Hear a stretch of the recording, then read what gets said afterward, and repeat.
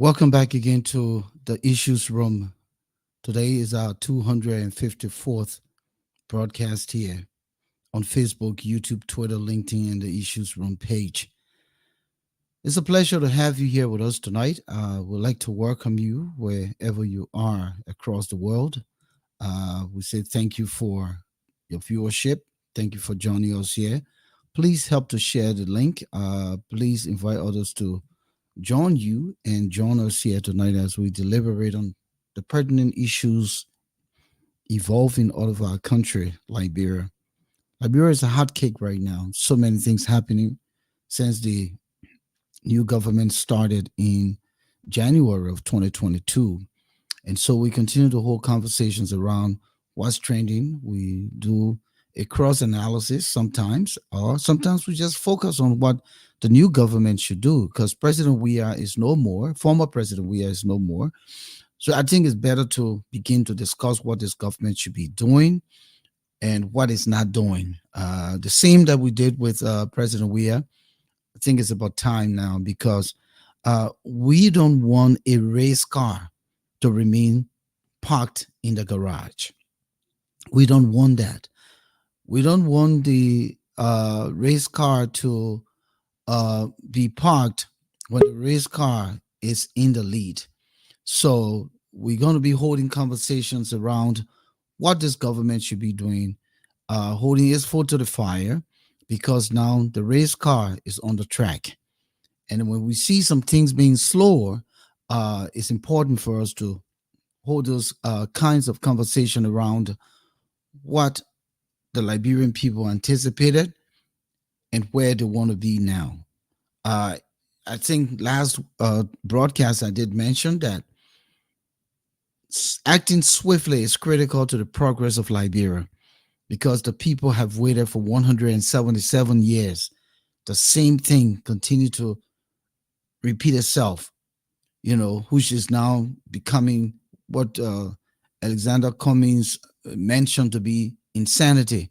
The same thing continue to repeat itself. We're doing the same thing over and over.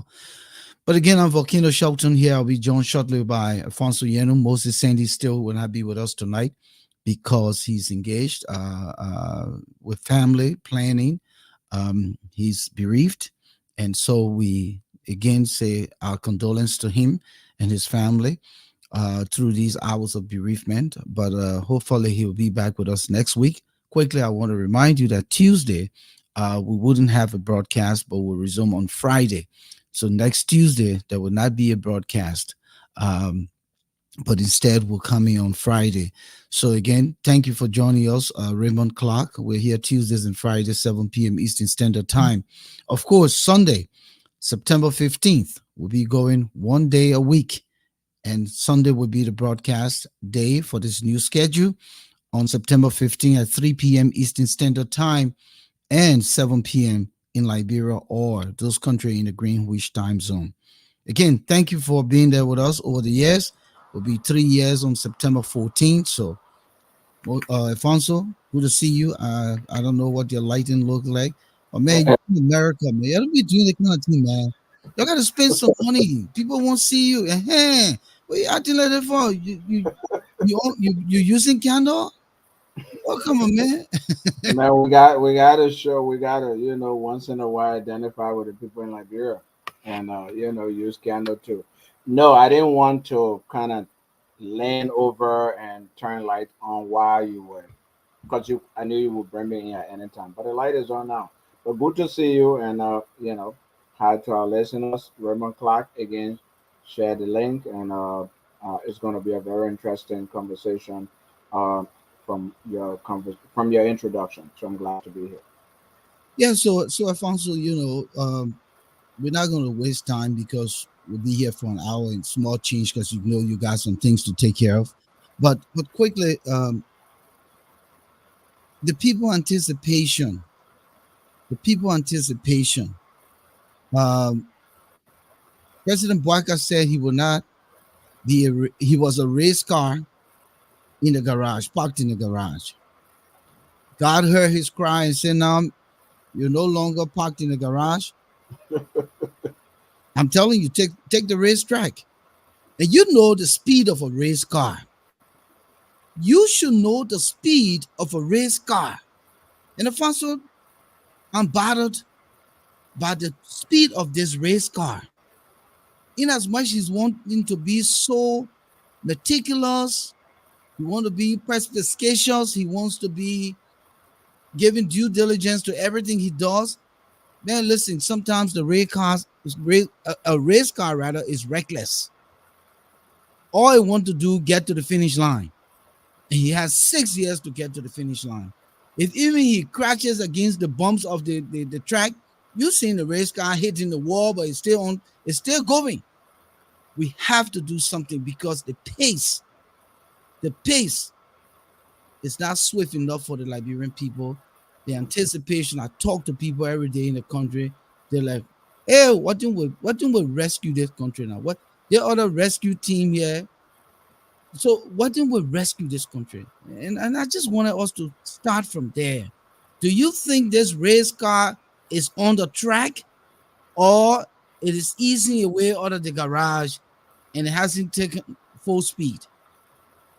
So let me begin by trying to answer the question: what will rescue the country? What will rescue the country is accountability, the rule of law, fighting corruption, and programming.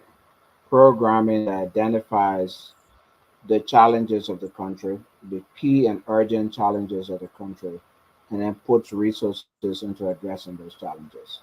For example, electricity, road network, education, healthcare, job creation. Those things that will help, the living standard of our people and also boost development. And then, of course, as I said before, the rule of law and, fighting corruption and creating security and making sure that people are not coming to rip the country off, as we've seen many times when unscrupulous so-called business people come into the country and connive with corrupt political leaders to steal our resources and just give pennies to those few politicians who they go to bed with. Now, the next point is this race car moving fast enough? Is it actually a race car in the first place? We Liberians, because of our experience in the past 177 years of nothing happening going on, we kind of have grown impatient and we just want things to happen overnight. We also have to be mindful and careful of that. Because if we're not, we might just be encouraging dictatorship to begin to take hold. We might be encouraging our leaders not to respect the rule of law, to just do whatever they want to do. In as much as people want to, we all want people to be prosecuted, we all want things to change overnight. We must also be mindful that there is law. Can I And our, pause you? Can I pause you there? You will stay in your lane, yeah, but you mentioned mm, something. But I think that sometimes the radicality doesn't mean that you will not stay on course. I also don't think that the speed, I speed, I'm doing 80 miles per hour on 95. I'm on course, but I'm watching for the cops. I'm watching and I know where to slow down. That's why you need to study your society. That's why we study the highway. That's why we know where we assume that the police would be, even though we may get caught, but at least we're doing it in a way that we're conscious. You need to be conscious, Mr. So it's not a matter of creating dictatorship. The pace is slow for the Liberian people. If this president has 40 plus years of experience, he should know the terrain. He should know it. I just wanted you to I just wanted to add that while you continue. Continue, sir. yeah. No, I agree. I hear you. And I'm also laughing because Remark like said maybe there's too more rust on the race car caliper, so it's not moving as fast, and that's funny. But I agree. Is the Barca administration moving at 100 miles per hour? Is it moving at the expectation of the Liberian people? I will say no to some extent. Is it moving fast? And is it trying to accomplish some significant things? I will say yes. Um, I listened to the senator from Grand Jita County when he had his press conference with Spoon. What's his name? um, Zopano. And Zopano talk about what this administration has accomplished in 7 months in terms of fixing the road, the road to the southeast. And he said he put his vehicle on the road and it took him 6 hours, 7 hours from Monrovia to Zwerger and beyond. Hey, see what you not That do? took a week, Not cause trouble. especially Hold on, during the rainy season. hold on. You not cause trouble. Yeah, You not cause trouble because I got yeah, my click queue here. So what Joe yeah. Zoe Penn has Okay. done, he just opened the Pandora Mhm. box. But we'll come to it. I just Yeah. want to let you know. You took it. Okay. It looked like you were Yeah. thinking. So continue because I got a I was clip thinking here about your clip. I probably. yeah, to show how the road's so smooth and everything is fine. And Zoe Penn can go to Grand Gita in 6 hours and back. So continue. Yeah. The comparison is that before the war, for decades, actually, that road, especially during the rainy season, was about 1 or 2 weeks you would be on the road. Now, if you can go in 6 to 7 hours, even 10 hours, that's better. That's great. I Googled the mileage on that road is about 299 miles, 300 miles, give or take. That's comparable to, you driving from here That's maybe like to Boston. To Boston. to Boston. It'll Boston, take Mass. you about 5, 6 hours to get to Boston, and the road is paved, and you're going 65 whatever miles per hour. It's about the same distance as Boston. If you can travel it 6, 7, even 10 hours on a ladder right road, not paved, that is significant. That is a significant accomplishment. It's significant because we also have to compare it to what existed before. That's one thing. The other thing I want to talk about that this administration has dabbled in that I admire is the issue of charging people and trying to prosecute top officials for corruption. That's the way I believe corruption is the biggest problem in that country. Two things: corruption and impunity. And people steal, they enrich themselves to do all kinds of things. They're not held accountable. So it continues because there's no deterrence. What this administration has begun, and I hope it continues, is to put in place a form of deterrence that would deter people. So it say, oh damn, my man ain't going to jail. I gotta be careful so I too don't go to jail. The other thing, the third thing is war crimes, holding people accountable for war and economic crimes. Again, this administration, just in the space of 7 months, have started the process. They've sent a letter, a communication to the United Nations asking for support. They've set up a war crime court, war economic crimes court office that will coordinate with the various organizations, agencies, even though some will have some questions about it. But that exists. I think these are pretty significant movements towards doing better. Now, I'll end here by saying, let's compare these accomplishments in 7 months to the accomplishments that have happened over the years, over the decades, in terms of accountability and rule of law and development in the country. I think they're on the path. Are they moving at 100 miles per hour? No, but let's keep nudging them. Let's grease the caliper. Let's maybe change it and change the brakes and maybe put some transmission fluid and maybe they'll get to where we want them to get to. But I thought the race car should have been serviced once the result was announced that the race car had won the presidency. So between November to January 22nd, that car should have been serviced and ready to go. So again, I'm just being, you know, concerned here. There's some things, it's like you start and you don't implement. Many things here, you and I, we write. There are many things I write, I start writing, and then I just lay it to the side. And the more you delay, the longer it takes for that stuff to manifest, to be completed. There are other projects in your life that you want to attain, and you continue to put off. So that's how it appears to be. Three important people. One of the major, impediment or not impediment, but challenges. That's what I wanted to say. One of the major challenges the government faces is the the issue on drugs. We had a situation with three of his top brass. Are you telling me that up to now you're still investigating? Are you telling me that? So, what is the robust approach to fast pacing some of these things so that we can get done?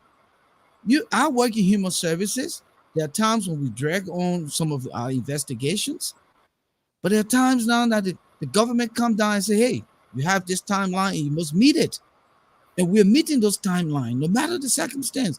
All of the impediments we try to to to to jump those hurdles just to make sure that we meet the deadline. So there must be some degree of deadline so that we can move from one thing to the next. That's the issue we're talking about here. Because business as usual is the status quo. Is saying one thing and doing something contrary. But if you say that this is what it is, and you go after it and do it within a time frame, then of course you are accomplishing the outcome. Now, we're not saying that the government is not doing a little bit, but it's like it's just putting your hands here and there, and everything is like it's touching, but it's not coming up with a result that the Liberian people need. And it's slow pacing, to be honest with you.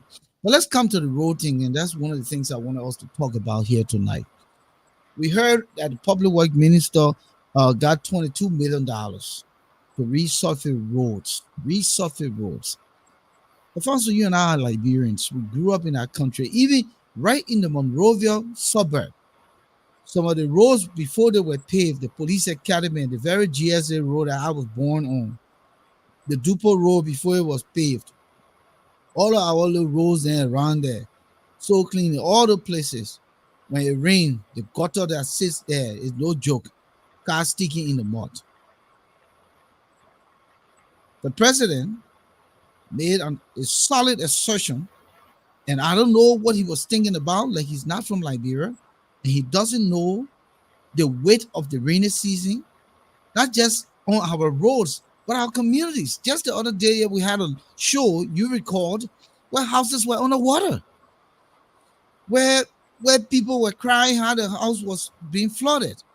So, needless to say, the roads, right? So, let's look at this. This is the road going to the southeast through River G County. Tell me what you see here. Is this a road that is pliable? It's Each other 22 stuff? million naira. Yeah. 22 million. Let's say that I was good. For great road, I'm paying for 22. Yeah. It is 22 work.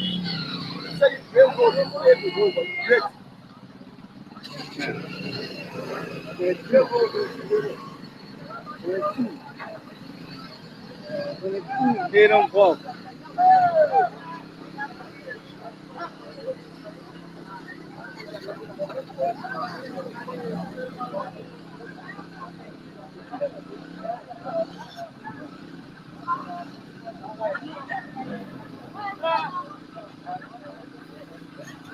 You shall be paying the other man. You do it. You can't cry and say go. You shall be paying the other man.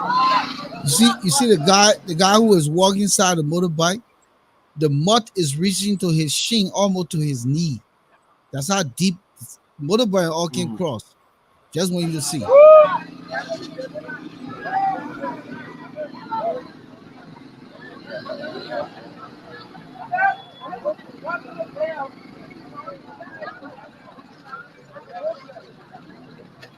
Hey!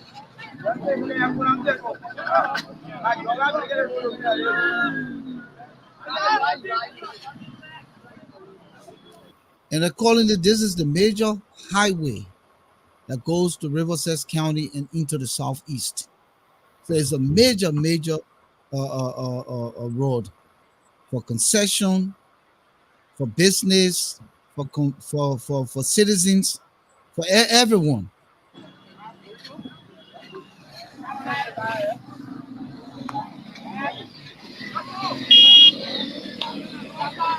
So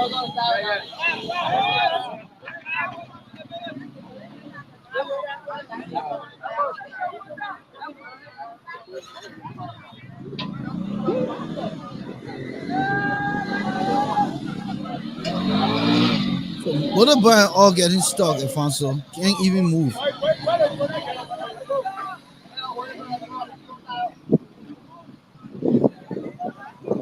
Yeah, so when you finish playing it, then we can, then I will come in. Happy Thursday. Small city. I mean, small city. Wow.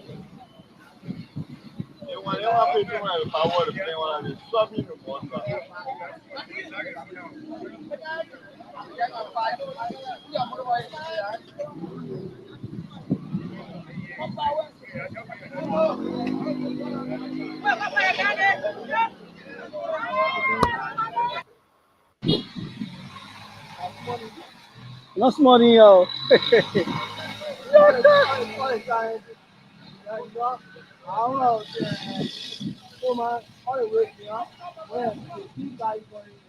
Everybody to haul a car for the month.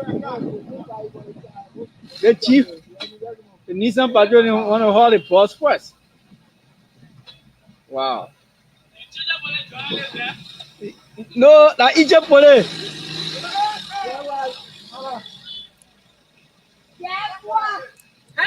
But I mean, this is visual enough. So let's stop here. So, and the point I want to drive quick is it the same mistake that the we are government made? Took $25 million, confessed to be money used for mop up exercise that we didn't see any result?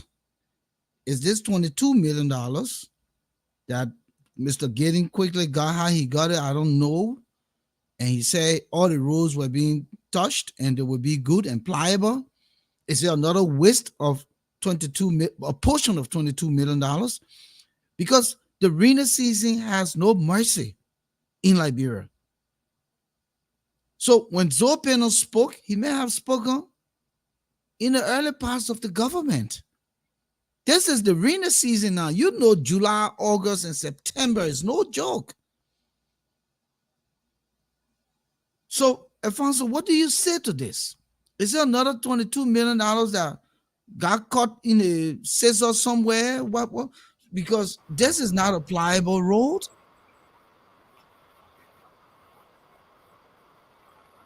So first of all, Zopano spoke, I believe, 2 weeks ago. So it's not the first few months of the administration. 2 weeks ago, and it's on Facebook. He had a press conference in his office, and it's all there. Secondly, Zopano was talking about the road to the southeast.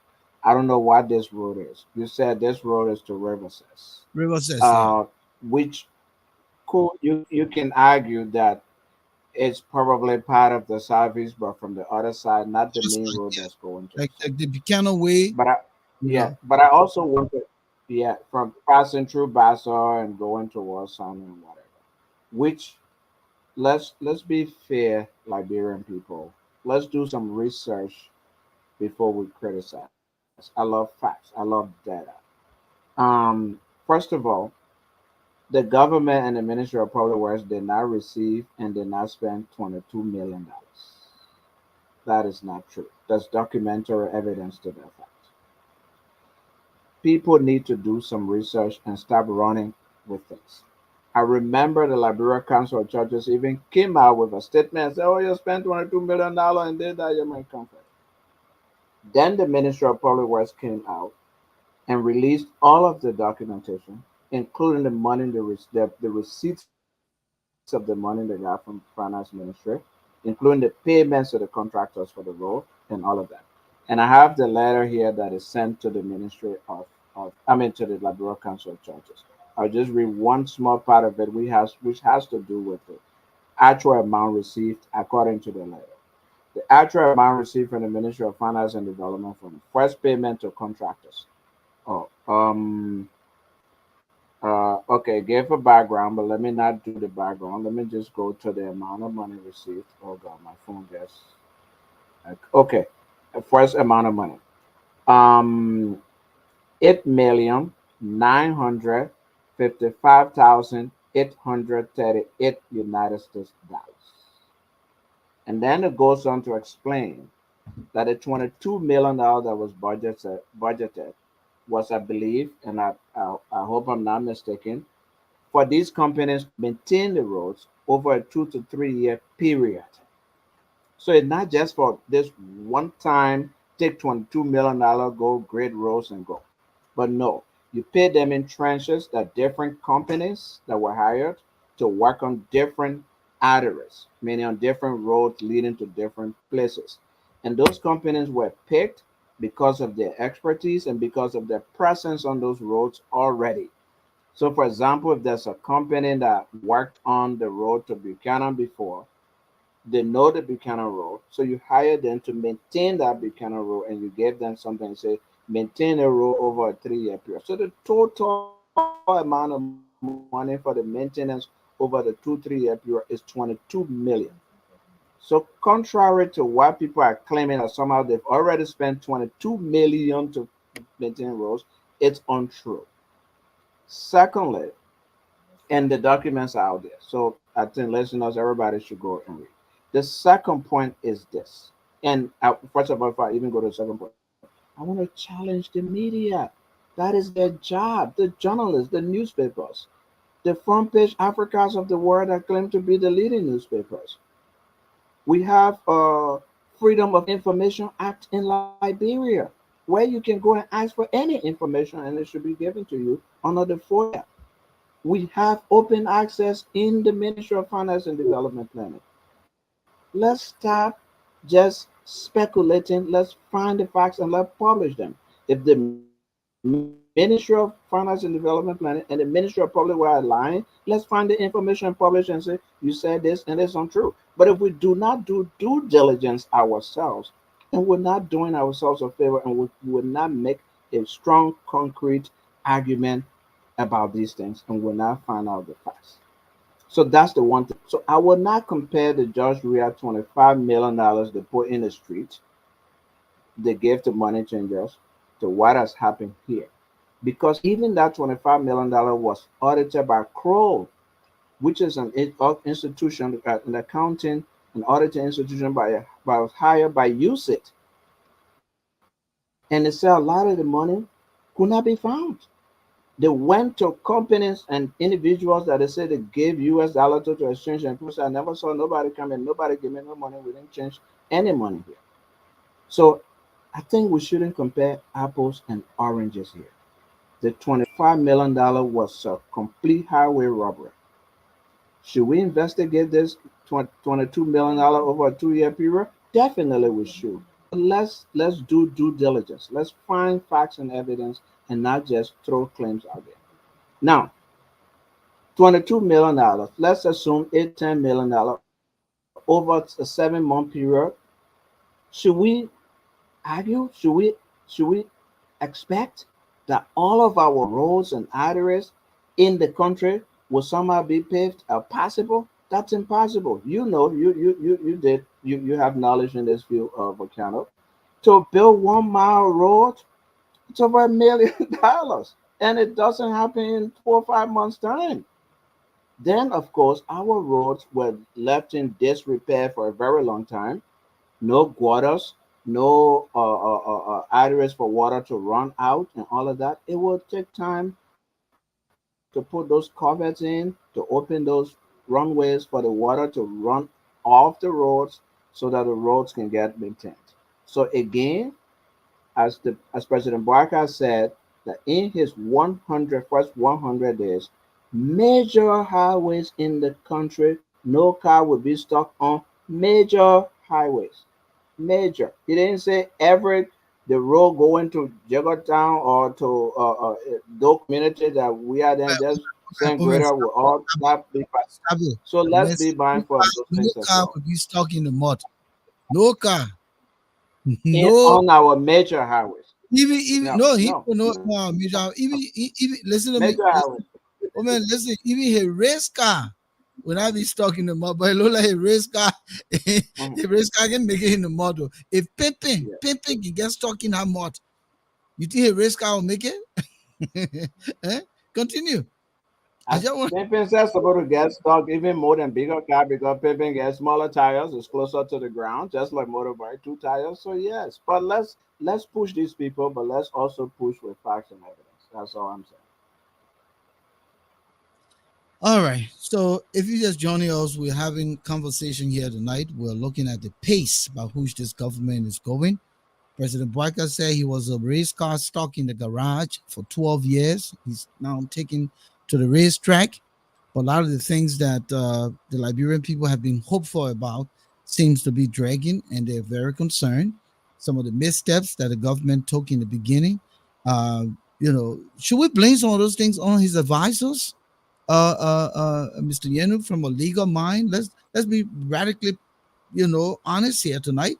Should we blame some of those things on some of his legal advisors? Some of his advisors, not legal per se, but just his advisors in general. Take, for instance, the issue with the monies given to the FIB or SIB bank, um, the issue with security, coming to the CDC headquarters. People. That's a the thing we say here is that everything is politicized, and so because everything is politicized, it makes everything more or less sensitive.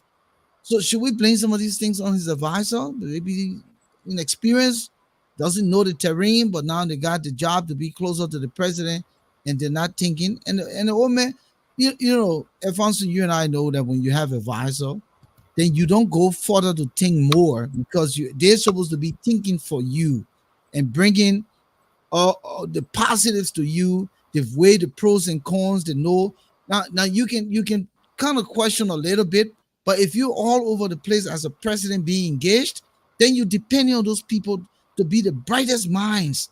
That when they come to you, they're coming to you with the facts. They've covered all of the what if, their own intended consequences, and all of that before helping you to make that decision.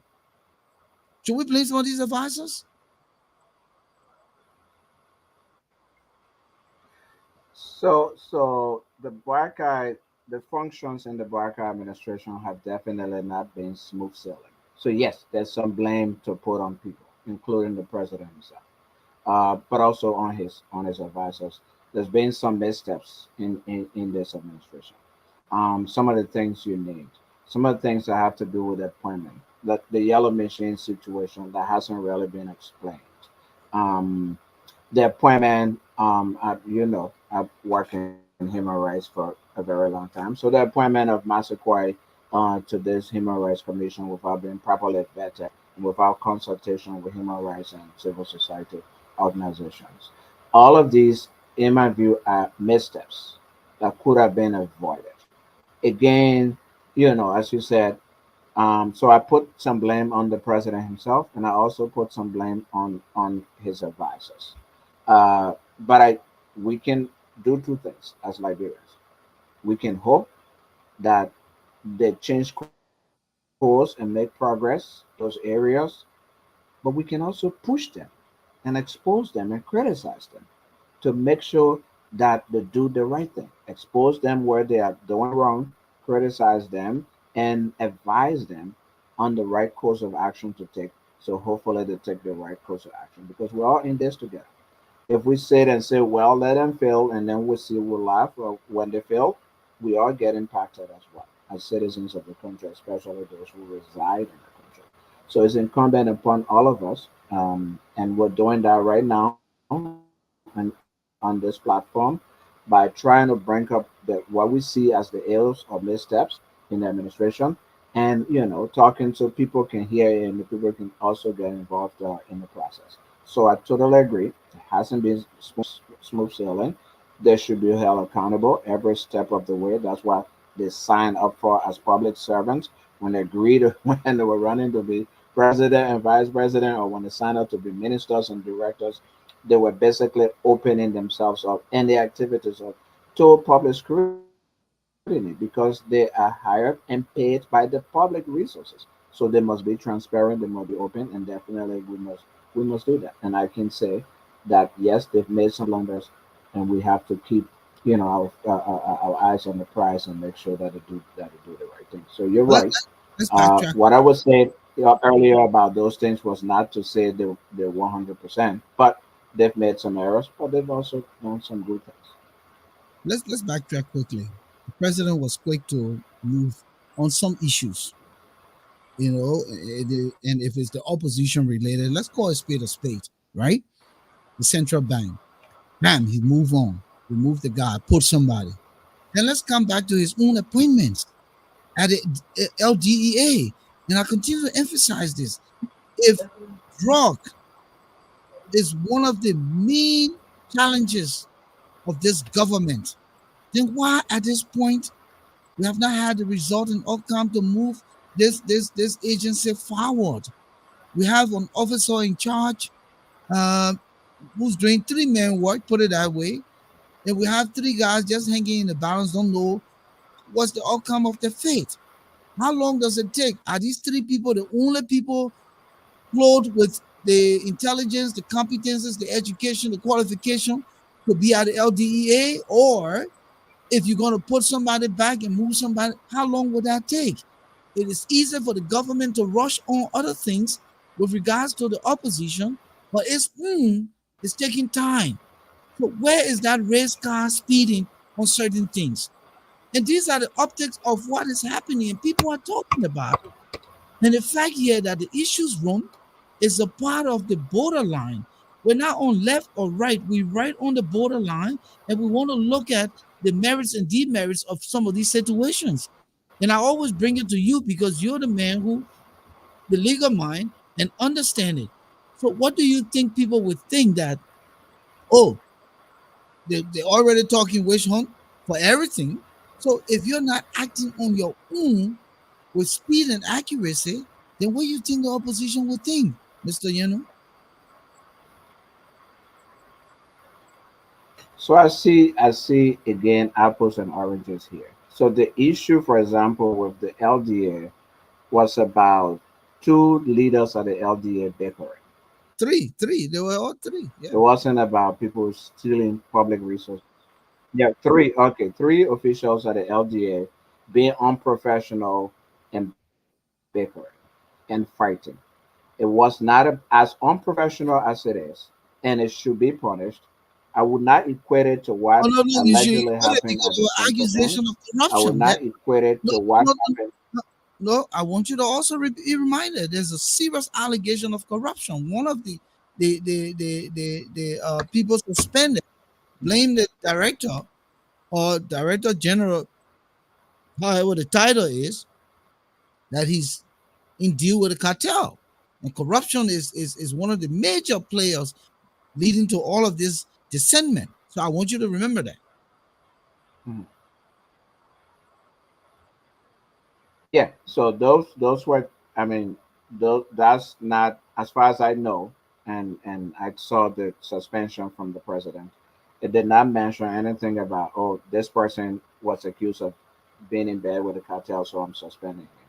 It was the unprofessional behavior among the three. I think there was a fist fight. There were people coming in there, so he suspended him. But the point I was making is I will not equate that to the millions of dollars that allegedly was stolen from the central bank. So I just want to make that distinction. Uh, the second point I want to make about that is that the ISA I agree with you. I think it's taking too long. I think this committee needs to come up with responses.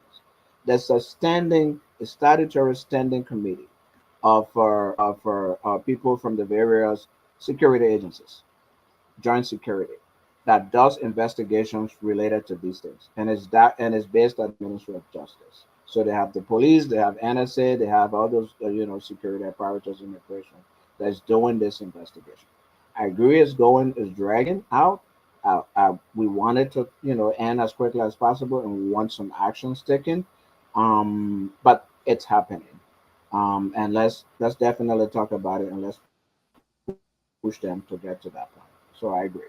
At the central bank stuff, suspending the central bank national governor is illegal, is not legal. Again, it's a legal debate that the courts will decide.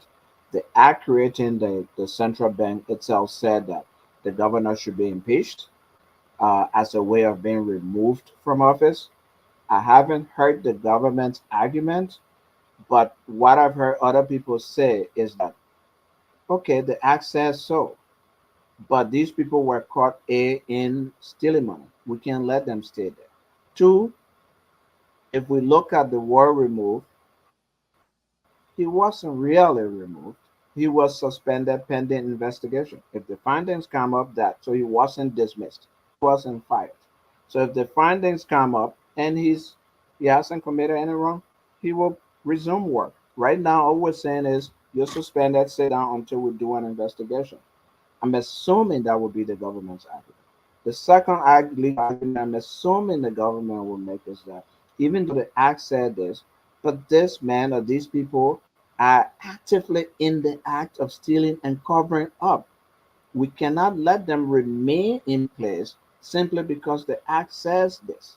So we're acting for the larger and common good. I'm assuming that will also be one of the arguments. Again, as I said, I haven't heard the legal arguments, but I'm sure some of the arguments they make will be along those lines. But and then of course you talk about the LDA and its work fighting drugs and all of that. Let's But hope again that they stay right solve there. this problem so Stay, they can. stay right there. Stay right there. Since we talk about the governor of the bank, usually, and again, we're here to call a spade a spade. Usually, when you Mm, suspend the leader of an institution, you look within the institution to put somebody to act instead, not to take somebody from outside and make them governor. That is almost all the mm, time. That's what he did with the LDEA. He took the person from within and made him officer in charge. That is what happened with Aja. Aja didn't go outside and appoint an executive president when what's his name? People Bisa left. We took the secretary general and made him officer in charge. So why is this Samoa guy coming from maybe where him. outside? may- Hold on, no. I don't want you to play with me here tonight. Why is the other guy coming from where outside and appointed to go there?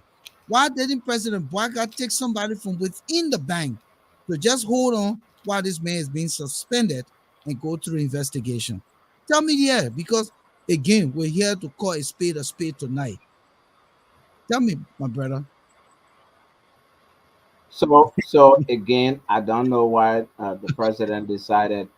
I wish I was information minister or the press What? You see secretary, the upper here, right? executive manager. You see, I you would see, have I would if you have see known that. when a picture of this kind is painted, then Talu is under I would have. the I'm coming. When the picture Yeah. of this kind is painted, Talu is under the impression they may already finish Mm. firing me. They will not no less suspension. They may bring somebody from way outside to cover my job when he should be taking somebody from within to hold on until they investigate me. You answer that now. Tell me, my brother. So Talu, so full disclosure, Talu is like a brother. Talu is like a big brother to me, so I know him personally. So I will, yeah, so I will not go too far into this conversation because I don't have a lot of facts, and I Okay, don't but have. I'm just talking about I've seen.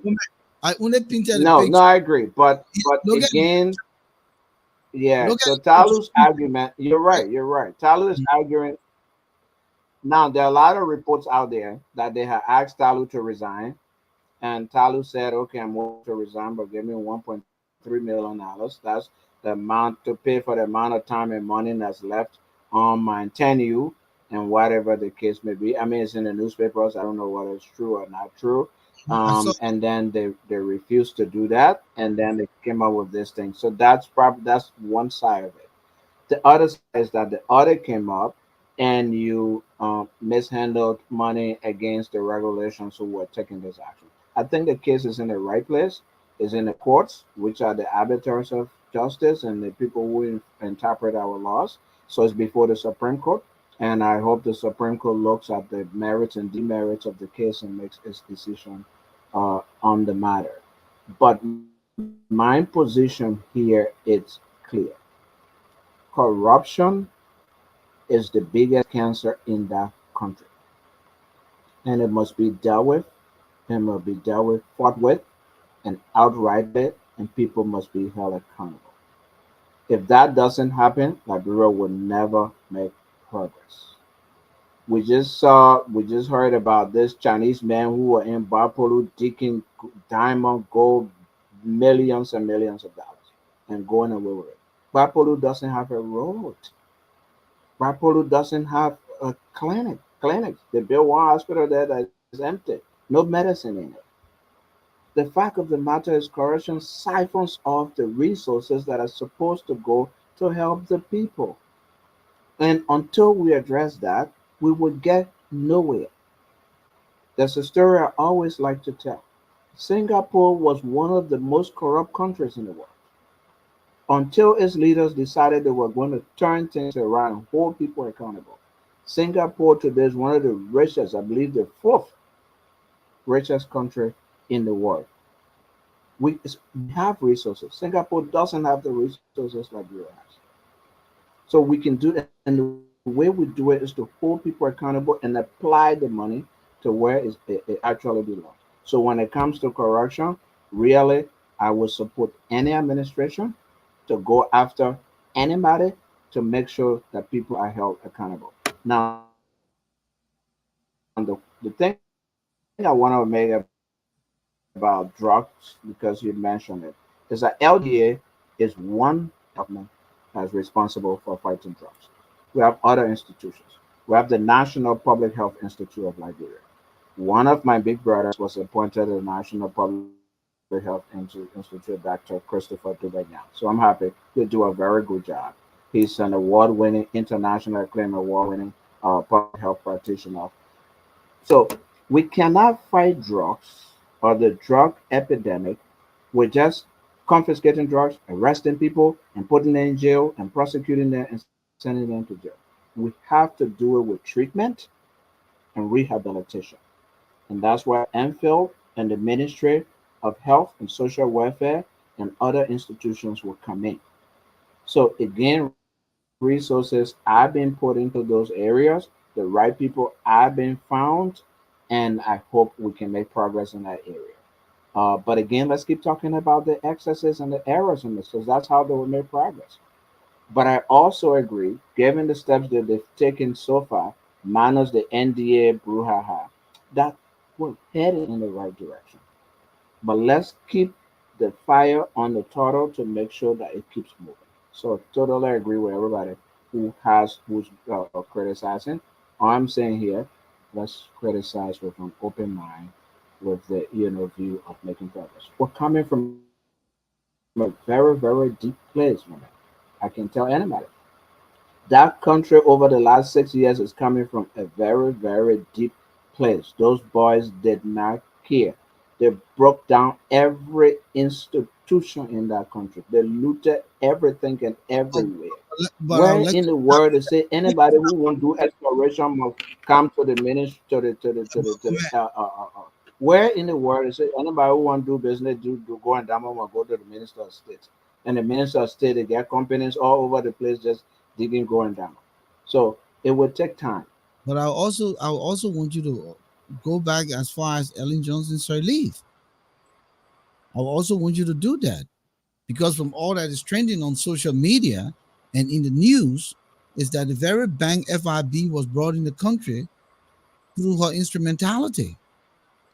And they took that bank, leaving the central bank, leaving other banks that were there long before, and started to take money from wherever the NASCOP, the NPA, the bank in that bank. And that money was dispersed among themselves.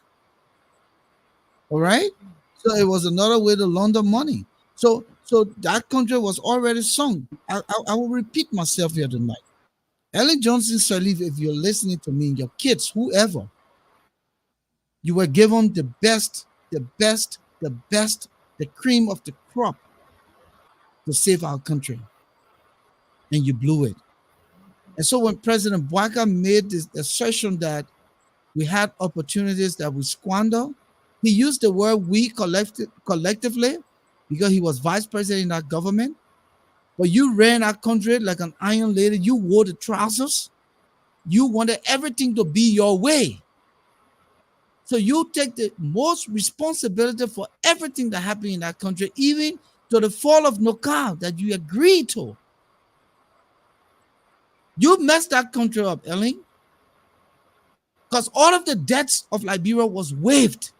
Start anew, blank slate, and then we pumping money into you to demobilize, to rehabilitate, to put these kids back into social services and get them into the communities and society. You failed on that. Miserably failed on that. You had the largest peacekeeping force in that country. But what did you do?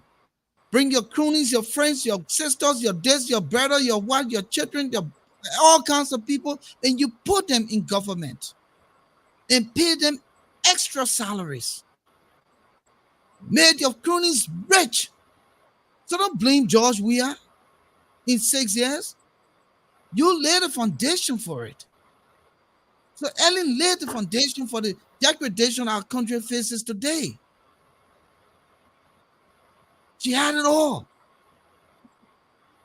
She had it all. Just like Charles Taylor is regretting in a British prison today that he did not mend fences with the American. What is Ellen regretting today? Has she come out and apologized to the Liberian people? What is she regretting? She didn't reconcile the country. She didn't develop the country. The very system she put in place, the system was already faulty and corrupt. She created a system to appease them. She created a system to enrich them. So too much of 6 years is not the premise for this conversation. It should be the conversation for Liberia's degradation after the Civil War, after we ceased to fight. Since 2005 to now, Ellie is a major contributor to the damage our country faces today. And I stand to put my head on the chopping board. You can take it. So yeah, Go ahead. so I do not argue against that, and that's not the point I was trying to make.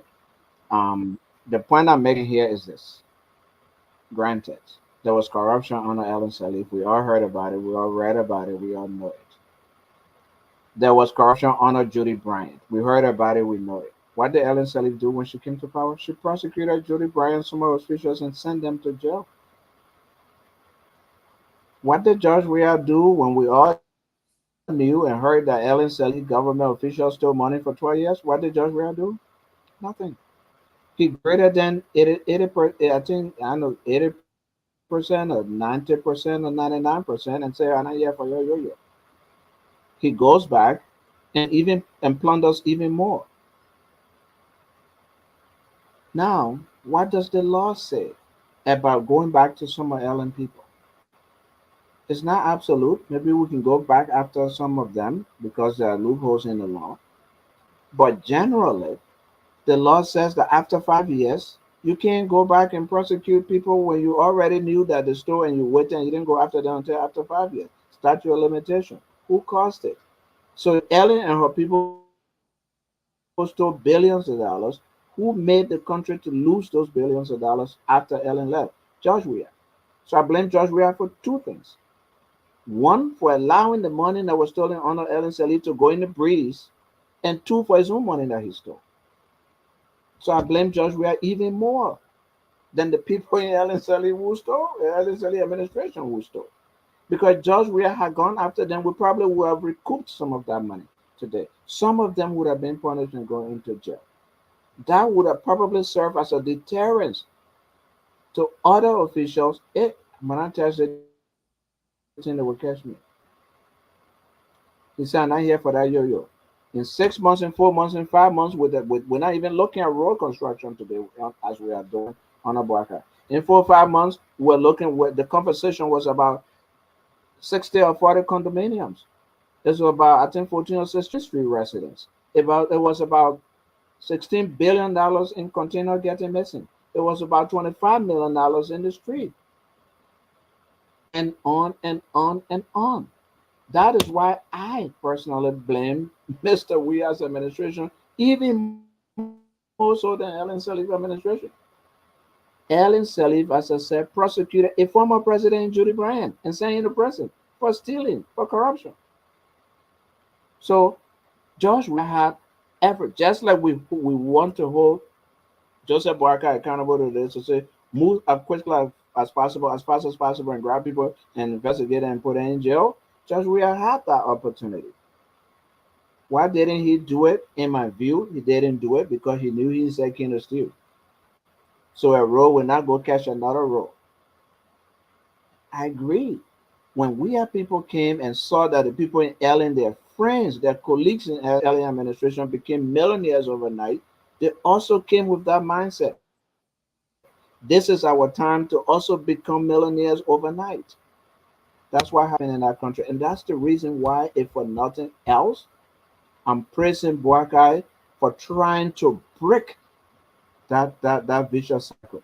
Just say no, let's go after some people and hold them accountable and prosecute people. A, it will serve as deterrence. B, we can recoup some of that money, some of that stolen wealth. And I think it's something that's honorable. No, are they perfect? Are they doing everything right? No. Are they going by the rule of law? No. Is Talu correct in assuming that they wanted to remove him? Yes, they want to remove him and put their own people. And they found a reason to. So it's like, what's the saying? The older they were already going to fall down and die, then you did something, you put your foot in front of her, she fall down and say that you throw her down. That's the kind of thing. They already wanted to remove you. But they fall your hand, they say they fall your hand in something. Maybe your hand was not in that thing that would made it difficult for them to remove you. That's another argument that can be made towards that. But again, as I said before, it's before the courts, and let the courts rule and decide. Talu has a strong argument, which is rooted in the act creating the central bank.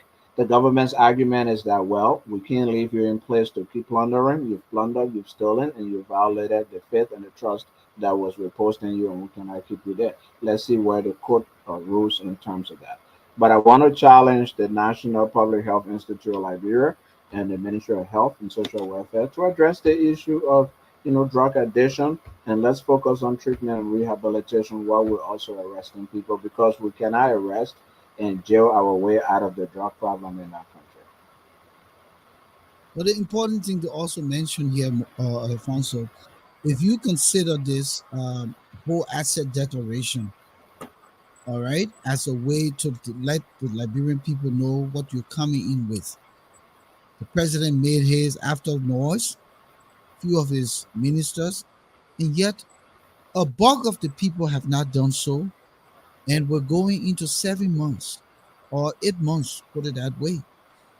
Don't you see it as a problem now? Because these people have not declared anything, is a recipe for continued corruption. Let's be practically honest here. So, where does the president put his foot down? When is he going to put his foot down and take the actions? This is a race car. The issue here, it is a race car. Race car does not drive like Jalopé. You remember Jalopé? You know Jalopé? Race car does not drive like Jalopé. Well, Those I don't know why Jonathan is. Jalopé that the car that was smoking all behind, and it better can go anywhere far, but it's still on the road. Joseph Boyka is a race car that was parked in the garage for 12 years. Now, listen, from my leadership understanding and my training, when you look at something and you want it, you need to examine that thing. If it's not doing what it's supposed to do, and you come to make it do what it's supposed to do, you will lay all of the pros and cons on the table and prepared your vision to address those things. And you will create a timeline to ensure. Now, there will be vicissitudes that will come about, anomalies that you will not be anticipating, but you will be prepared to deal with those anomalies when they come along the way, because your vision will be straightforward and you will be stuck to it. The President Barker knew that the fight of corruption was number one, his public enemy, that he could draw from his former boss, Ellen Johnson Sirleaf. Then asset declaration before all of me and my people. take position, we must declare, and here's the timeline. And in the letter of preferment to those people that you are appointing, you will say to them, hey, after your confirmation, I give you 30 days to declare your asset. If not, we'll remove you and replace you. But where are those things? Because if you're the president and you put forth a mandate and your undermen are not responding and the pace seems to be slow, the Liberian people are going to say, yes, it's a repetition of the same business as usual. This is deja vu. We've seen this happen. Politicians just say things and they come and do contrary to it. What do you say to that?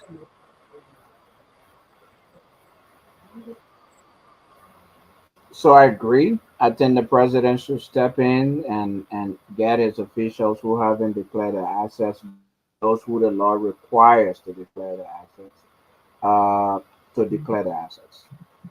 And if they do not, he can take administrative executive action against them. I also know that, yes, I agree, progress is slow, but he has also started to take actions in that direction. An ombudsman was early this week, or sometime last week, appointed. According to the law, the law that requires asset declaration, You want to they hold kind on, of just the code of conduct. I Alfonso? Can believe it's the you code hear of me? Alfonso, can you hear me? Can you hear me? yeah yeah You want to hold on yeah your yeah thought on? yeah. Yeah, take the call. Yeah, take the Yeah, call. okay. Hold your thought on your Yes own boss man. Uh, yes. hello. Yeah, hello. Yeah, welcome. Yeah, I mean, great show, great show. I know, I guess probably Johnny, but I mean, like you raised some salient points about the I mean, asset declaration. I think the president should take step. I was listening to the press secretary today. She said the president asked the LACC to give the list to him, and the list was given to him today, to the president today. So I'm waiting to see the action he will take. The Senate LACC give him the list of those who did not declare their assets and those who did. And I'm looking forward for the president to, because that's why the press secretary said today during the press briefing to the executive mansion. So I'm glad that the LACC gave it to him today. So I want to give him some time to see the action he will take, and hopefully he can probably remove those guys. Look, we have to be serious. Like I said, I support the president, but if there's certain thing that's going wrong, I will speak on it because we all want better Liberia. And Alfonso was saying about which I agreed to him about the 5 years for non capital offense is 5 years. So when CDC said the president should go way back to 2006, 2014 and stuff like that audit, they won't hold because if you go to court, the defendant will the defendant may use that against the state that the statute of limitation had passed. It said 5 years. Because I was reading the Liberian Criminal Procedure Law on chapter 4, section 4.2, clearly state that within is saying in 5 years, after 5 years, after audit, in 5 years, you can't do anything again. So Joria had the authority to do that, but he didn't do it. And now they want President Braga to go back and do it. It'll be a waste of resources, and I think the government will lose when they do that, because I always gave an example of the former superintendent of Nima County, Edith Gongolo. In 2014, they audited her office, and she was alleged that she took 1.5 million of the money from Nima County. But Joria took her to court in 2020. And her lawyer's defense was the statute of limitation had passed, and the judge threw that case away. So now you can't you imagine you lost that case, then you're expecting the president to go way back in 2014. I mean, that won't work. So I believe the president should do this, and I want the justice to be served. Let the people go through the court system and clear. Let them free that name. If you go Simon Tour, you're not found guilty. Hey, at least we all know you can be a free man walking around. But if you don't do that, man, it will just be a stigma on you. Thank you for the show. Thank you, Flomo Livingstone. Before you come here, Alfonso, Manasumo just asked a question. Please help me out. What is the significance of asset declaration? How does that help me? meaning he minus sumo. I think from my perspective and layman perspective, of course, Alfonso will weigh in. Declaring your asset as a public official tells the people that this is what I have now that I have taken public job, government job. And especially the one we call the lucrative government job, right, Alfonso? The lucrative, right? The LPRC, the finance Yeah. ministry, the National Port Authority, the Mhm. Liberia Maritime Authority. You know the lucrative jobs in Liberia. So when you take that, declaring your asset and telling the world, this is what I have. And so when they get you in few years and you start to go doing things outside of your salary, they can draw you in and question you and say, hey, what is happening here? How are these excess coming in? How are you attaining these property? Why are you driving a yacht? Why are you driving a Lamborghini? uh why is not part of your asset that you declare? And then we can also investigate within those 3 years whether your salary was able to pay for those things. Alfonso, am I right? Does that make sense to some degree?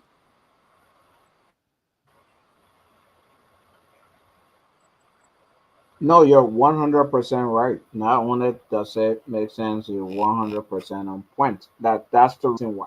Because you're coming to this job. Go ahead. Oh, I No, thought no, you were coming. no, no, Uh, no. You're coming to this job requires. Yeah, yeah. Okay. Here's what the law actually specifically says. It says every public official, employee, or government involved in making decisions affecting contracting, tendering, and issuance of licenses of various types shall sign performance or financial bonds and shall in addition declare his or her income, assets, and liabilities prior to taking office and thereafter. And then after that, 3 years into the term, if you're still there or whenever you are promoted and stuff. So as you said, it's exactly to know that how much you're coming with, and then so that in the space of 1 month, 2 months, 3 months, 6 months, when we start seeing you getting a mansion or driving a Lamborghini, then we'll say, but your total asset the time you joined the government, MMA, was $50,000. Your salary is 20,000. How come you're able to buy a $2 million house and whatever? So that is basically the purpose of asset declaration. So we know what you're coming with, and we know what you're earning, and to guide against theft of public assets and properties and resources. So you had it absolutely correct. In fact, it's not every government official, it's those who are in the process, who are in a position of making decisions, of agreeing with contracts, of tendering contracts, and those kinds of things. So it's not just every Tom, Dick, and Harry.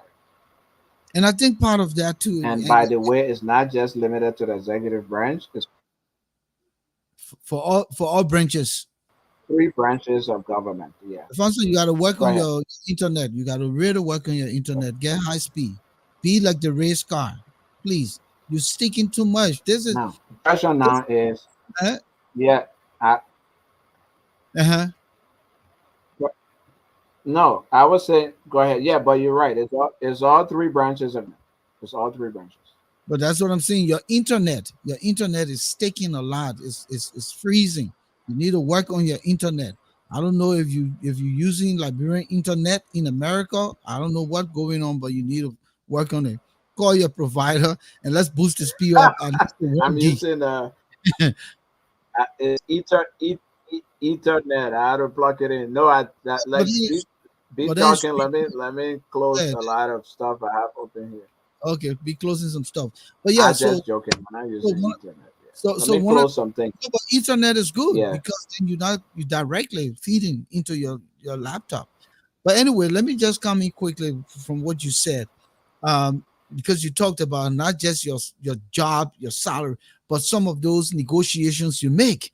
You could be negotiating on behalf of the government, for instance, the Ministry of Lands and Mines, or the Ministry of Mines and Energy, because there's no more land. The Ministry of Mines and Energy could be negotiating on behalf of the government, but taking more from the investor than what comes to the government. That in itself will reflect that if you start to use that graft, that the asset declaration can, or the LACC rather, or the General Auditing Commission, whatever, can say, wait a minute, how did you amass this wealth? They may look into the salaries, they may look into the controller or documents, they may look where you didn't move money in the ministry or in the institution, but just your outside negotiation with investors, that can make you rich. That can make you extremely rich. And because you will be like in the case of Nathaniel McGill and George Weah, who took the job of the Ministry of Mines and Energy and took it to the executive mansion and began to award licenses for mining in the country. That in itself made them extremely rich outside of just the area. Because the other stealing you can do, you can call the finance minister, my man, send me 50,000 here, send me the bank governor, send me 100,000 here. But that's just chicken change. But when you're negotiating and telling investors that, look, I got you, but here's the deal: give me XYZ. Of course, yes. So I think the asset declaration has all kinds of ways of checkmating corruption in the onset, so that when we see you getting rich overnight, we can look at all of the variables to determine how you became rich overnight. And that is why the sad thing here is, if we go back just to President Weah's government, and when people are bragging about we are hiring young people and XYZ, yes, he hired young people. But look at the young people who could not even afford a pair of good shoes, who were living in one room, renting in a 10-bedroom house, but renting only a single room and taking bath in outside bathroom. Within 6 years, these guys are millionaires. That in itself should tell you the need for asset declaration. And he put them in lucrative areas because they had to, you know, meet his demand. And at the same time, they were taking their cuts.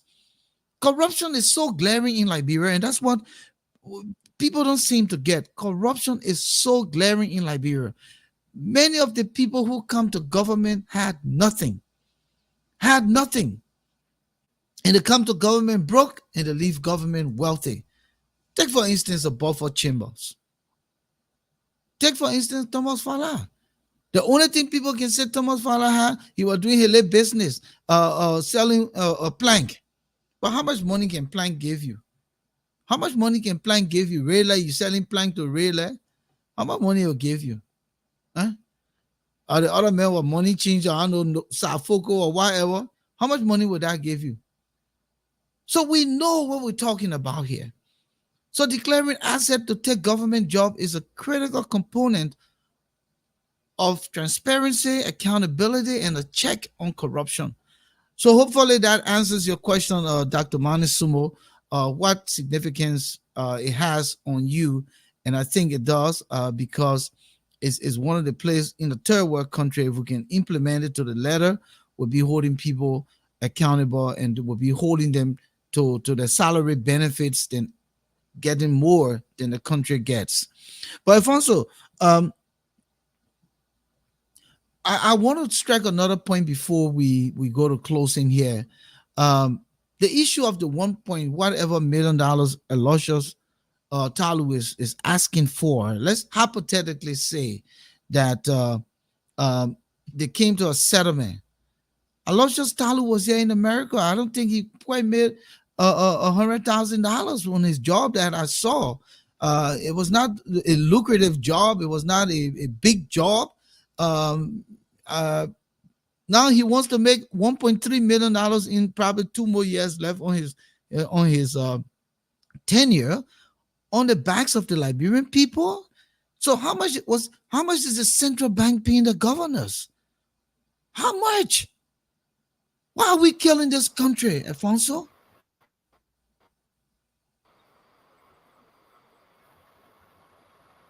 So you asked a very important hypothetical question, which is how much was the central bank giving them? What were their benefits that and all of that?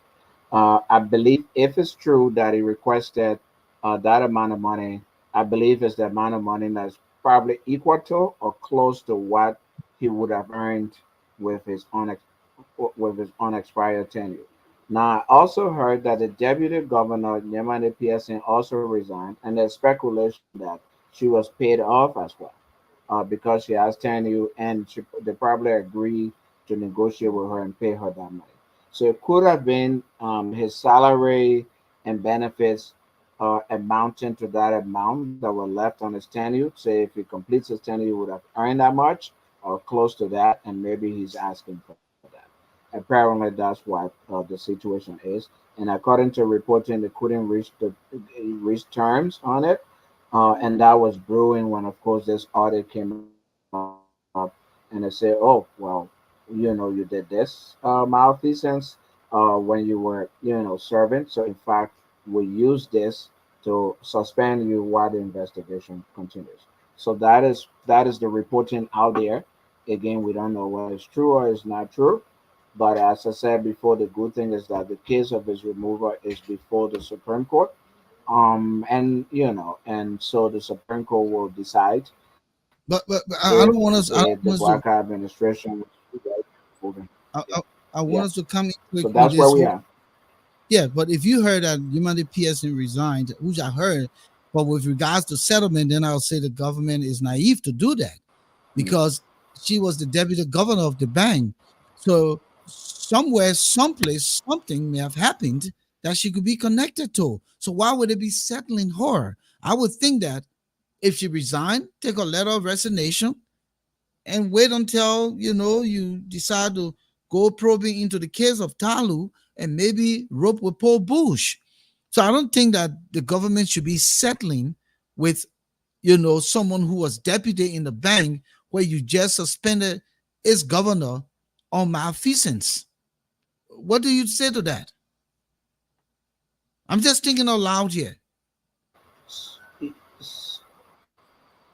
no. And you make an important point. So yes, I mean, if you're saying the governor, if you're holding the governor, you're suspending the governor because you say he, signed documents where millions of dollars left the bank without going through the proper procedure. Uh, wouldn't it be possible that maybe the deputy and the other governors were also connected or at least had knowledge about it? But having so you're right on that. Having said so, accepting her resignation and even paying her off, if that is what happens, doesn't preclude going after her and investigating her and prosecuting her later. So even if that is what happened, let's hope that they'll still not just go after Talu, that they will also go after everybody else who was involved in that and other things that might have happened at the bank. So I totally agree that maybe you could have, but I guess again the reporting is that she might have quietly resigned because they entered a deal with her. But even if they did, so they can put somebody else there, I think they should still investigate her and if they find her anything, just be prosecuted. So let's come back to the function of the governor of the Bank of Liberia, and I like the fact that you do your research. But it just dawned on me here that Mr. Talu is requesting $1.3 million for the remainder of his tenure, if that should take place. What is the role of the governor? Isn't he just the custodian and in signing check and taking people money and keeping it and putting it out there to make money and stuff like that? How much job is he doing? What is the bank bringing to the country? What is the bank? What is the bank giving the country that the man who just keeping the money? He almost like the treasurer, right? That keeping the money must be paid all that kind of money. Is it so he can steal? Because they're still stealing. They're still stealing. They're still doing things contrary to the function. So it's just my thought here. What type of big job that the governor of the Bank of Liberia doing so much? And I've seen all of the governors of the Bank of Liberia over time in my time. Over time in my time, they all walk away filthy rich. They all walk away with good chunk of money. So what are they doing? Why do they pay these bank presidents and governors all this money? So They're taking people, depositors, and investment money to turn around. Why? Why? What do they get all this kind of money?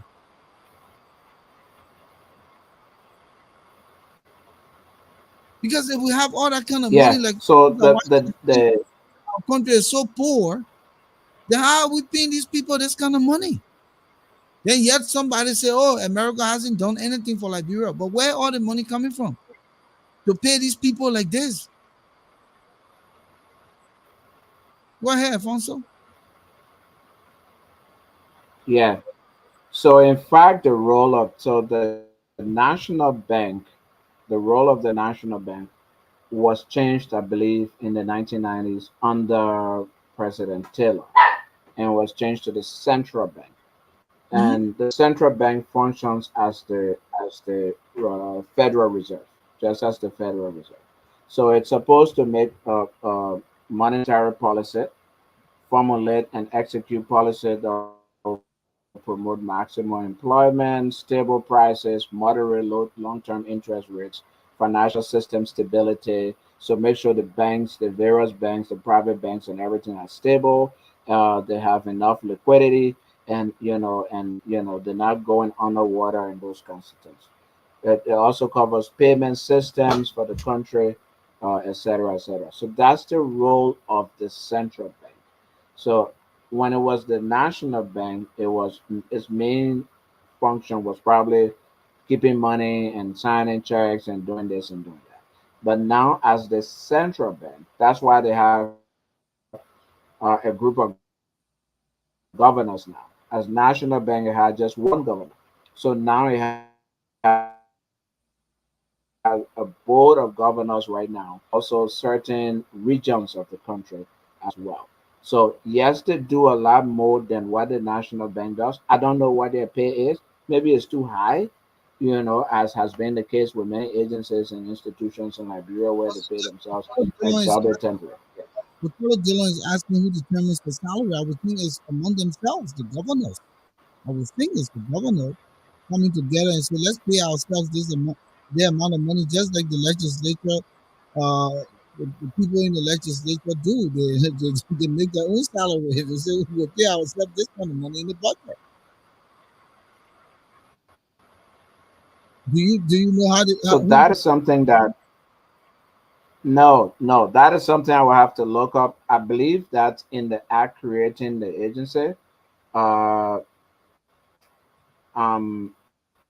here in the Federal Reserve, I think they are paid by. I'm not very sure, but they are paid by interest and other things that they kind of generate. So, and in some countries, they also the pay is determined by the legislature. So, in this case, in the act creating the CBL, Central Bank of Liberia, I don't know how their pay is determined, but that's something to look into. And I will. you talk about interest, and so I would believe too that they make bonuses when the bank does well and they get good return on monies they borrow out. They get those good bonuses, I would think, and that maybe they infuse that as part of their salaries. They have a lot of benefits in addition to the salaries. A whole lot of housing, vehicles, security. They have a whole lot of benefits. Yeah,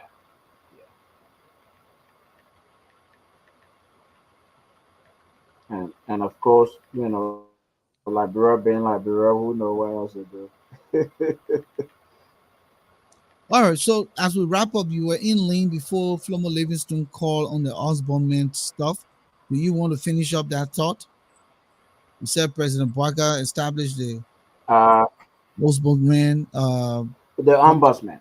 Yeah, you were Yes, talking yes. about. So according to the code of conduct, it's the job of the ombudsman, which can be an individual or a group of individuals. So according to the code of conduct that requires a declaration of assets, it's the job of the ombudsman to monitor and ensure implementation of the code of conduct. There's been no ombudsman, commission, and ombudsman period. So the fact and I believe 3 or 4 days ago, President Boakai commissioned an ombudsman. So the fact that that is done, that will take some of the burden off his head as president. So, for example, the LSCC will probably now be giving the documentation to the ombudsman instead of to the president's office, because the ombudsman is responsible for enforcing the code of conduct. Make sure people are here to the code of conduct. So that's one good step forward in enforcing the code of conduct and asset declaration. Because as I said, the ombudsman, it is according to the code of conduct law, is the ombudsman's responsibility to ensure that government officials comply with the code of conduct. My fear has always been that when we leave everything with the president might not have time to do everything. That's the first thing. Or when we leave everything with the president then becomes an imperial president who just doing everything for everybody. And I think that's not good for a democracy. We should have a system where the people who are charged with performing their duties perform their roles and their duties. So putting them in place and holding them accountable is a good thing. So having an ombudsman is a good beginning. Thank you, Alfonso. Thank you. It's 8:30 in the city. We'd like to thank you for being there with us tonight. This is the Issues Room, our 254th broadcast here, Tuesdays and Fridays, 7 p.m. Eastern Standard Time. Again, a reminder, if you're looking at the running board, we'll be broadcasting on Sundays, starting September 15th at 3 p.m., once a week. And that would be our new production showing. So again, we're continuing in this schedule until September 15th, when we officially go to uh, Sunday at when we officially go to Sunday at 3 p.m. Eastern Standard Time and 7 p.m. in Liberia. Tonight, Manan Sumo sent in a memory lane. I would like to capture that quickly before we go into what type of country is this. I see Shaki McAfee is here, and I know that it will be a good one. Thomas Awaji, of course, is here. So let's hang on. Let me go through memory lane so we can do what type of country is this. The memory lane title here is Famous People of Liberia. What can we, or rather, what can you repeat after them? Part one. Again, famous people of Liberia. What can you repeat after them? Part one. You see, identifying the most recognized individuals in a nation like Liberia helps provide visibility and acknowledgement of influential figures in diverse fields.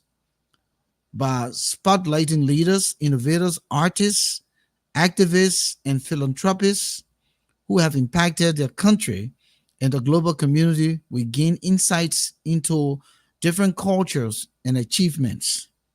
The focus can inspire others uh, and foster a greater understanding of contributions made by people from all walks of life.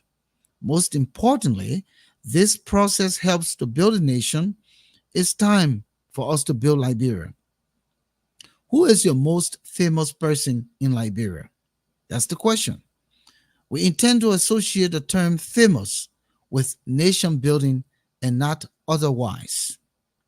Joseph Jenkins Roberts, first and seventh president of the Republic of Liberia, serving from 1847 to 1856, and then later from 1872 to 1876.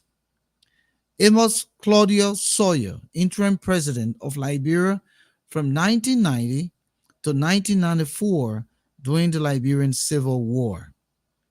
Lemar Roberto Bowie, Liberian peace activist, who along with Ellen Johnson Sirleaf and Tawakor Kama were awarded the 2011 Nobel Peace Prize. Samuel Kayon Do, 21st president of the Republic of Liberia, came to power in a coup d'etat and later killed in another uh, military uprising. Charles Gange Taylor, 22nd president of the Republic of Liberia, known for his role in the Liberian Civil War, who is being convicted of war crimes and now serving prison time in the British prison from president to prisoner. George Opon Weah, 25th president of Liberia, former professional footballer. Ellen Eugenia Johnson Sirleaf, 24th president of Liberia and the first elected female head of state of Africa. John Payi Bear, aka the Bulldozer, former Minister of State without portfolio. Gray D. Allison, former Minister of National Defense. Who is your famous Liberian leader? Who should our future leaders emulate? Before I close this segment, let me share with you that Joseph Jenkins Roberts was the first Secretary of War, known today as the Secretary, or rather as the Minister of National Defense. He and other presidents after him served in the capacity from 1848 until the House passed an act of legislation that created the Liberia Frontier Force, LFF, in 1909. So this is just a little history. He named some of those folks. Are you willing to emulate any of those people that were named there, Alfonso? What type of country is this? Some of the people the man named, I don't even want to emulate any of them. What type of country is this? So the person I would emulate not even on the list. But yeah, yeah, yeah. But what type of country is That this? is where we are today. That is the reason why. Mhm. So what type of country is this, Alfonso? That a mayor governor, let me put it that way, a mayor governor of a poor country national bank won $1.3 million to settle. While hundreds of thousands of people who just making $75 in salaries can get paid. What type of country is this? A mayor governor wants to make $1.3 million in settlement for his tenure when more than hundreds of thousands of people who are rock bottom, what you call civil servants making $75 to $100 can get paid. What type of country is this? James Davis, what type of country is this? Lawmakers employing anyone into their one bedroom office and up to 17 people sitting all around in that Capitol building. And the man, right? I went in one of the representative office. It's small than the listening area. Everybody just crunched right in there. You got 17 people all inside that place. What type of country is this? Plummer Livingstone, what type of country is this that the legislature can set their own salaries and the president and vice president salaries? What type of country is this? Thomas Awaji, what type of country is this where the president is celebrating groundbreaking for a gasoline storage tank? So you see, the race car ain't got nothing to do. Eh? The race car ain't got nothing to do but to go be groundbreaking for a gasoline storage tank. What type of country is this? Ain't there other important things on the agenda? But who the storage tank belong to? Government or some private person?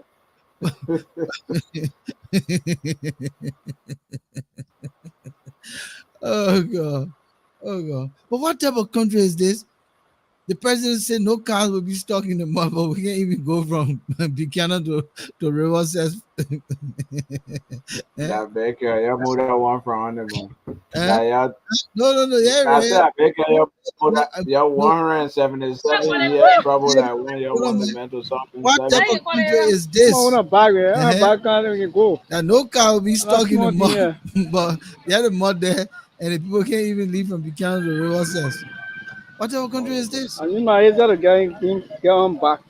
The man said Because they want, he yeah. even want to get on bike because the bike is getting stuck. He said, There what? Wow. Wow.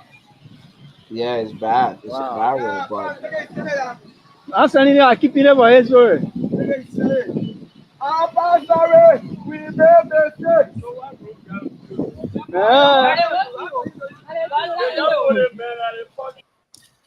"Oh man, what type of country is this?" Shaggy McCaffey.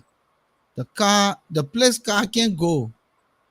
Uh, what he's saying, who We, like we will like go we there? like Who we else? go there. I think who else will go there? Maybe that's what he meant. James David, what type of country is this?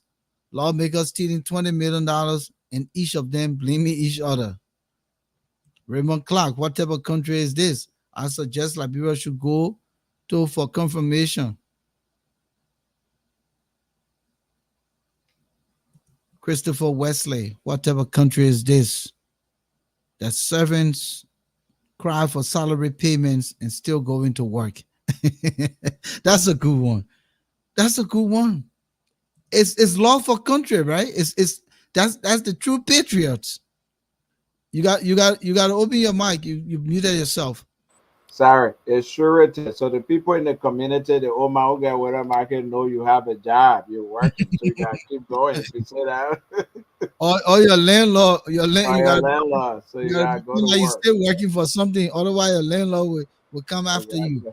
But let's go back to it. Shaki McCaffrey, what type of country is this? People go to work in government asking for millions of dollars. They should get paid what they were making at their previous jobs. Thomas Awaji, what type of country is this? Where a famous nightclub is advertising a $10 short time room in the back. Where the man coming from? $10 short time room in the back. Which famous nightclub? Is it Bacardi's? Because Bacardi's no more. Is it Lips? Is it Bannister? Maybe a Black Sugar? YG talking about the Mm, most recent ones, not the not good the ones old we're ones, talking about. Not the old good ones. not the good ones. Oh, he said it's called Passion. Fashion, yeah. Passion. What type of country is this? I heard Popo Joe are now using megaphone offering services. So you know the megaphone, the one that can be going around with and saying, "Buy your minis here, buy It's your a minis buy here." a mini. So yeah, so now they're using megaphone passing through the community and Come on, offering services. come on, Shaggy. Come on, Shaggy.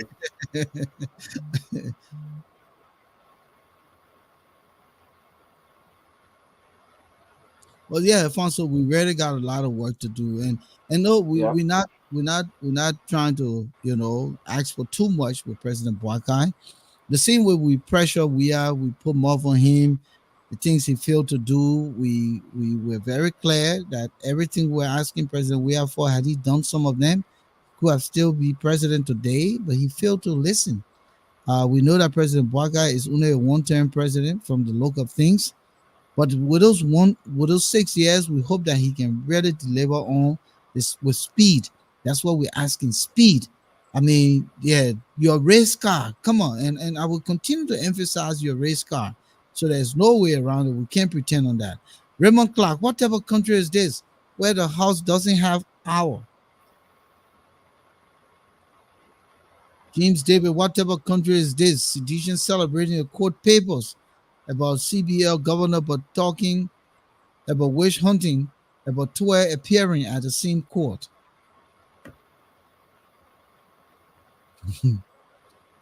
My man Manasumo said, buy a young girl, yeah. Megaphone, buy a young girl, yeah. Going around advertising it. That would be horrible. That would be horrible. Hashtag, what type of country is this? JMB now president, but the race car is still in the garage. No, no, no, no, no, no. Don't do that. The race car is out of the garage. It's slowly coming down the driveway. It hasn't taken to the street yet. We already finished putting it on the road. It's coming down the driveway. It's about to take the street. Then it will get on the interstate.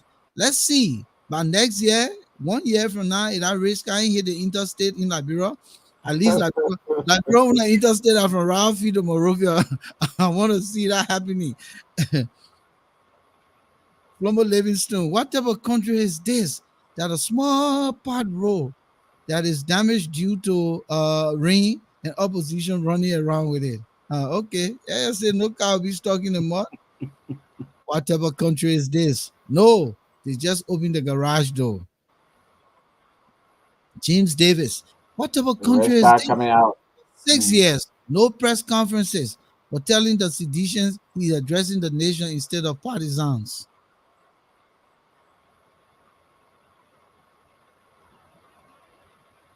All right, Alfonso, let's call it a night. Yes, sir. Sure, we Yep. had a good conversation. I thought it was good. We pointed out some of the things that the president should be doing and do it swiftly. We also look at some of the things that are killing our country, and let's pray for the best. We can always uh, uh, look at all of the variables, but until we act on them, until we look at the solutions and put them into place, our country will just remain stagnant. And we don't want that again. Our time passing. Some people say it was their time and they got rich, but our time passing. You see the difference there? Our time Yep. passing. I'm Exactly. not wanting to go to Liberia to work to get rich. I want to go to Liberia to work and contribute. But my brother, the system is so broken that even you go with your smarts, you go with your intelligence, you go with your patriotism, love for country to make an impact. The people will hit you. The Yep. people will Yep. tell you straight in your face that American thing don't bring it here. How will you work in an environment when people cannot embrace the differences in you? How? That is what killing our country. And so some of the people who go there with a good intent to work, and when they look at it, they just pack the bags and come back here. The ones Hmm. who see the conduit through which they can steal and become rich overnight, they stomach it and they fall in line with them and say, but then let's play the game together. That is Hmm. what killing our country. That Hmm. is what. Yeah. So you and I want to go home. We want to go home doing something that is right by the people and for the country. How much can a man amass? I say this all the time. How much can a man amass? Just the other day here, Steve Jobs was a billionaire. He had cancer and his money could do nothing for him. Nothing whatsoever. Just the other day here, the young man, Thomas Dona, was sitting in a lucrative job, the Liberia Revenue Authority. He died from sickness. The money could do nothing for him. Just the other day, yeah, was a young man named Mabutu Yimpa. He was able to get some good money too. It did nothing for him. And all of us will leave this money. We're fighting for these big properties. But what is important is what we do for our country. For 177 years, for once we can be patriots. For once we can look at a Chinese man and say, hey, here's what you're supposed to do, and this is it, and that's all. I don't want your bribe. I don't want anything. Give this to the Liberian people. Give it to the government. Give it to give it to the community leaders so that they can build clinics and do stuff. For once, we can look at the Indian man in the face and say, we don't want your bribe. For once, we can look at the Lebanese man in the face and say, we don't want your bribe. How much can a man amass? How much? Yeah. Pharaohs are buried with their wealth. They're still sitting in the pyramid. King Solomon, the wisest man with all the gold and diamond he had, he died and left them. How do you hide your country? There are other people who call themselves freedom fighter. They fought the Barkers Matthew, the Amos Sawyer. They all died and left nothing. So why do we continue to do this, Alfonso? I just thought that we must just touch this small before we go. When will So we be patriots, my brother? it's a combination of factors. Patriotism is one. Two is our culture. We have a culture of corruption in our country. You go right now and they put you somewhere, Volcano, and you have a job, everybody will come to you. Everybody will come to you for money, pay my child school fees, do this, do that. If you don't steal money to do that, you are a bad man. If you don't steal money to buy a big house, they look at him, how your friend and get big house and big car, and what you think you coming to do here? You think you why you that? Our culture glorifies and encourages corruption. That's the one reason. That's the second reason. The third reason is our culture glorifies corruption because we don't punish corruption. We honor and respect corruption. The people in our midst who steal money, have money, are our are the people we crown in our churches as Father of the Year and Mother of the Year in our churches. These are the people we invite to be our guest speakers at our programs so they can give us money. So the fact of the matter is, you will go and say, I think I'm doing the right thing. I won't steal. You will get no recognition. In fact, your recognition will be insults. That is the reason. It's just plain and simple. So everybody wants to be up there, live in a big house, build a big house, put a big fence around it, ride a big car, so you can be Father of the Year or Mother of the Year in your church. You can be the guest speaker, and you can enjoy and have fun, and you get away with it. You can steal all the money and get away with it.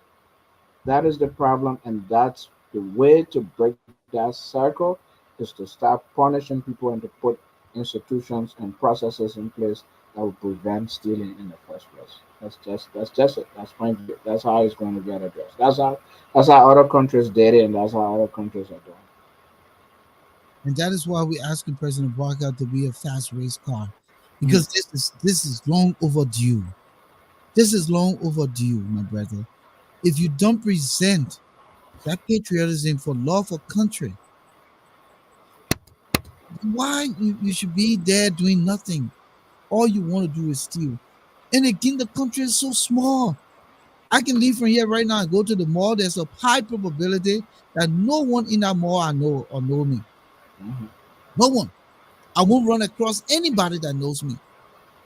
But in Liberia, by the time you go down the road, oh, look, that volcano passing there. Oh, I saw volcano to Palm Spring Hotel. Or if I not there again, they got a new name now. Oh, I saw volcano the Royal Hotel. They ready to carry the story. So there's no way you can hide in Liberia. The country is small. So there's no way you can hide your stealing. So for once, let us do things right for our country. Even you hustle your way small and get small things, don't take all from the country. Don't take all from the poor people. Your owner, your God can be big. Other people, God can get big too. Even just by eating the little dry rice consistently, that God can get big. But you eating your lobster, you all on Facebook hanging the tail in the air, bluffing the people, you're spread on the table, you drinking wine. Some of you, your wife telling the people, say, I won't argue with you because I don't bathe in bucket. Oh yeah, because you got water running. You're the only one should have the water running over you. What type of nonsense is this? Well, seriously, man, they think gotta stop some kind of way, man. For this That's country, why they gotta stop some kind of way. that's why we got to send some of them to jail. We send some of them to jail, seize some of their properties, and then people will get scared. Okay, I hear that, my brother. I hear that.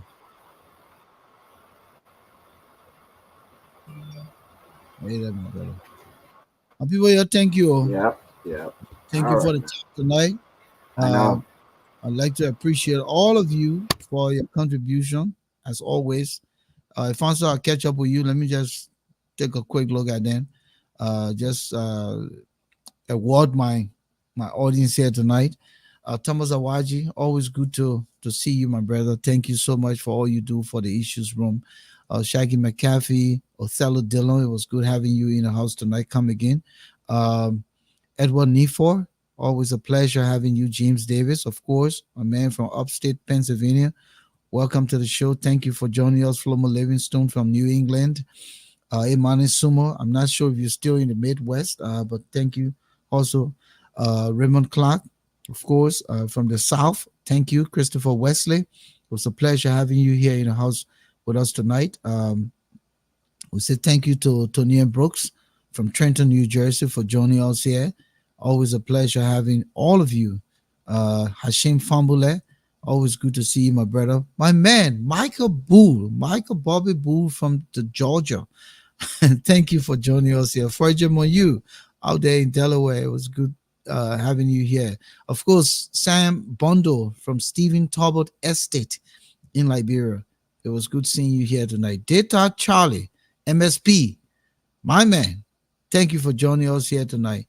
It was a pleasure having all of you here in the house. We say thank you always. Continue to love us, like us, and follow us. Again, just a reminder, we will be going to Sunday broadcast on September 15th, once a week, because the Liberian thing here, Elola and I is we not for the people from one thing to the next. So we just want to just take it once a week now. When we come in full gear, 3 o'clock in the day on Sunday, when everybody not come from church, you're relaxing in your living room. We can also capture the audience in Liberia because by this time now in Liberia it's after midnight, and so we really want to be engaging the Liberian audience in the day. So we strategized, we talked about it, and we agreed collectively that we'll be doing once a week, every Sunday, 3 p.m. Eastern Standard Time here in the US, and 7 p.m. in Liberia, or 8 p.m. sometimes when the time changes toward the winter, when we have the 5 hours difference. Right now it's 4 hours, so it's 7 p.m. When we start the broadcast on Sunday, and then 8 p.m. when it's 5 hours time difference. Thank you all. Volcano Shelton here on behalf of Moses and Alphonso will not broadcast this Tuesday coming up. Again, there will be no broadcast this Tuesday coming up, but we'll resume on Friday. Thank you all. Good night, everyone.